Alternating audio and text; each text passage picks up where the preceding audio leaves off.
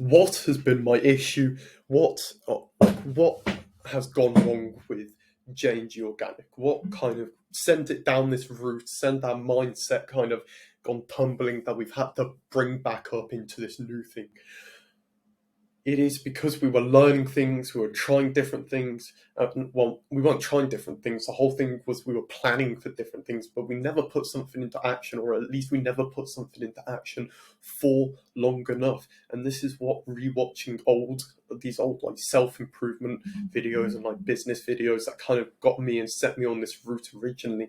I've kind of had to rewatch them, re-humble myself back to like this level of, you're back at the start now. Everything won't go your way. Do not let it tumble you again. Basically. So it's kind of like we've been doubting ourselves, stuff like that. And as Tate says, seeds of doubt leads to a forest of inaction. And that is exactly what's happened. So we are taking a massive new approach to this course now. I think one of the business partners might be getting replaced. And that is because of constant lack of work, lack of almost humbleness sometimes as well. He almost acts in a way as if he knows everything, but then when challenged on different things, he excuses himself. And then there's obviously work ethic. Basically, I literally just said to my other business partner, if we went back to when we started J&G Organic, JD left, and we were thinking of bringing this guy on. If we went back to then, right, and we knew how many chances we were going to give him, would we still bring him on? And now we think about it, most of the conversations we've had to have about him have been negative.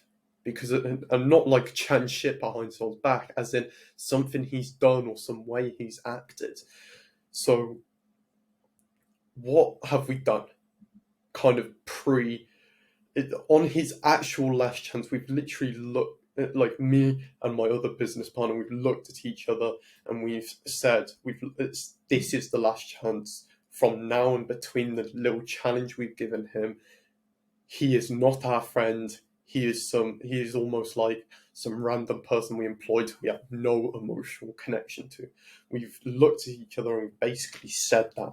And from that, if he fails this challenge, he is out.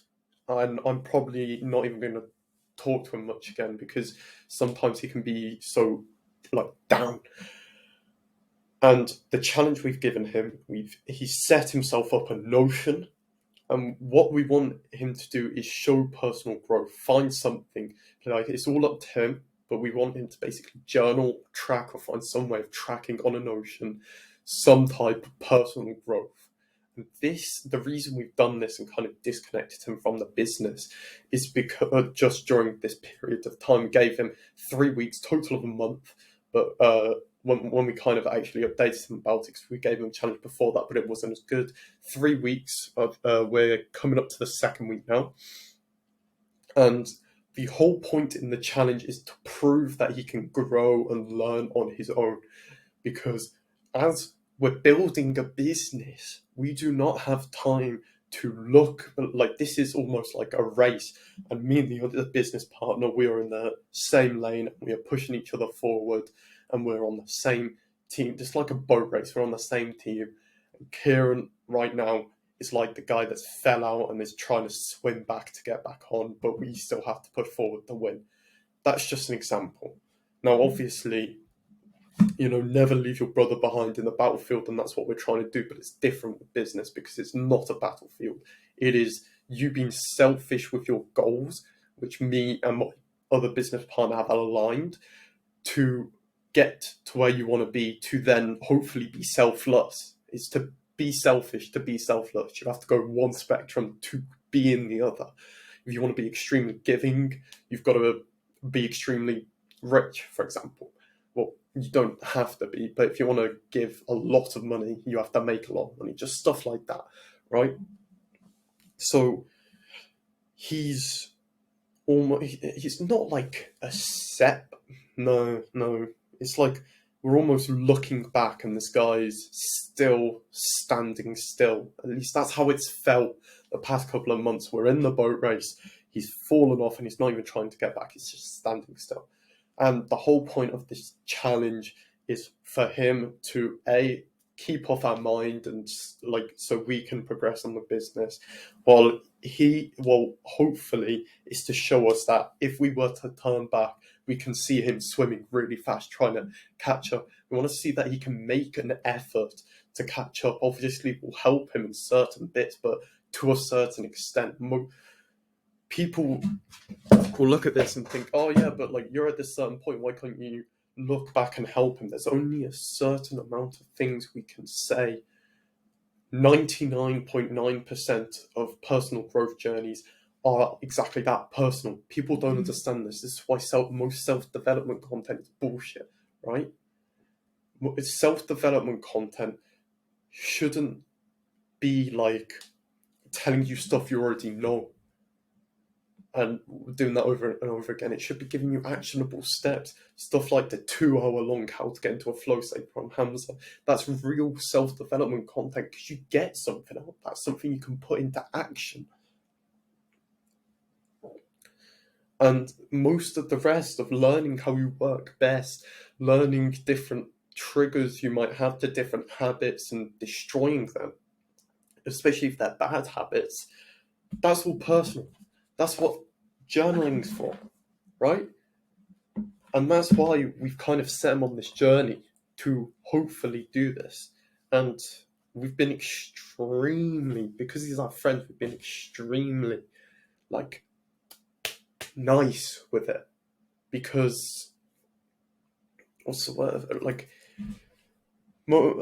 most proper multi-million-dollar business owners would look at him and say, you're fucking dead weight pushing behind. And we see something in him. He has skills, right?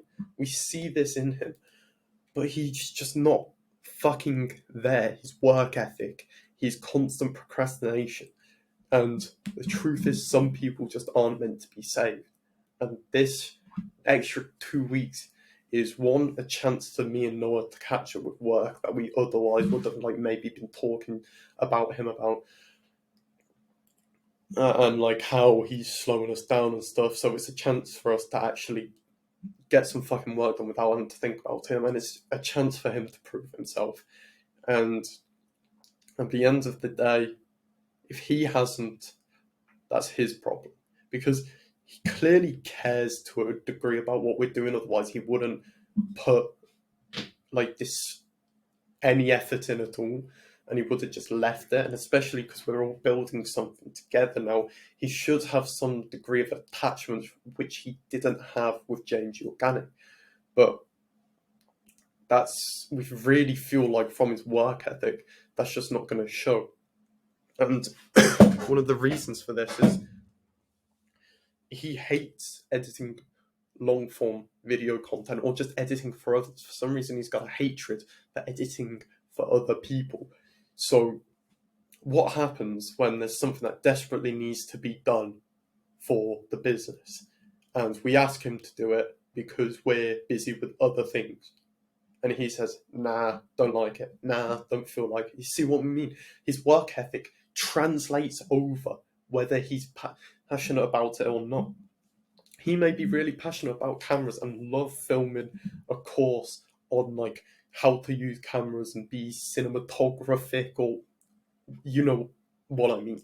He might love filming it, but then he's got to go and edit it. Is he going to enjoy that?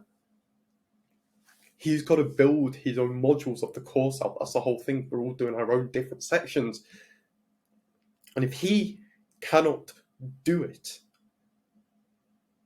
then he's just going to be setting us back.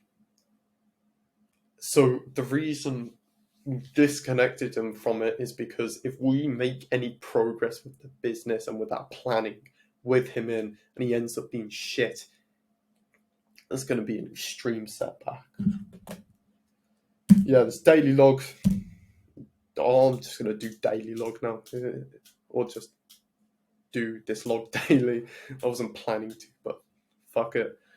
I'm enjoying it. This rant is like...